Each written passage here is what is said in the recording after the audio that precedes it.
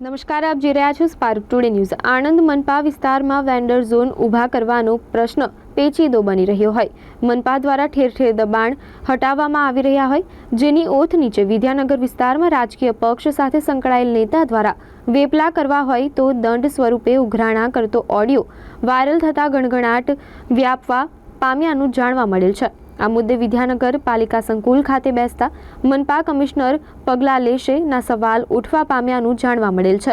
આ સોશિયલ મીડિયામાં viral audio clip છે। અમારી ન્યૂઝ આ ઓડિયો ક્લિપની પુષ્ટિ કરતું નથી।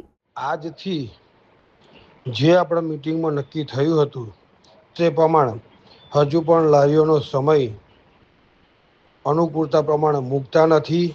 સાંજે 7-8 વાગ્યા સુધી બંધ કરતા નથી અને પોતાની ઘેર લારીઓ લઈ જતા નહીં।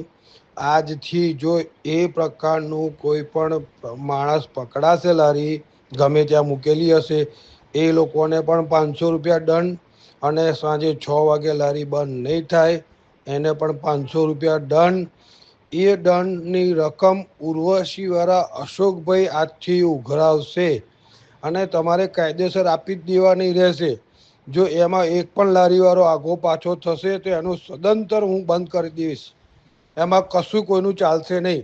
એ કોઈ પણ સમાજનું હશે, એમાં જે નિયમ બનાવ્યો છે નિયમમાં રહો, પાટો બનાવ્યો છે પાટામાં રહો, બરાબર છે, તો જ આપણું સારું રહેશે। તમને કહીને વગર કામની મારી જીભ અને ગળું દુખી ગયું। હવે આ ફોલો કરતા નહીં। આજથી આ રૂલ્સ ફોલો નહીં કરે એના માટે કડક પગલાં અને આજથી તમારે 500 રૂપિયા અશોકભાઈને આપી જ દેવાના। કોઈ પણ આર્ગ્યુમેન્ટ કરવા નહીં।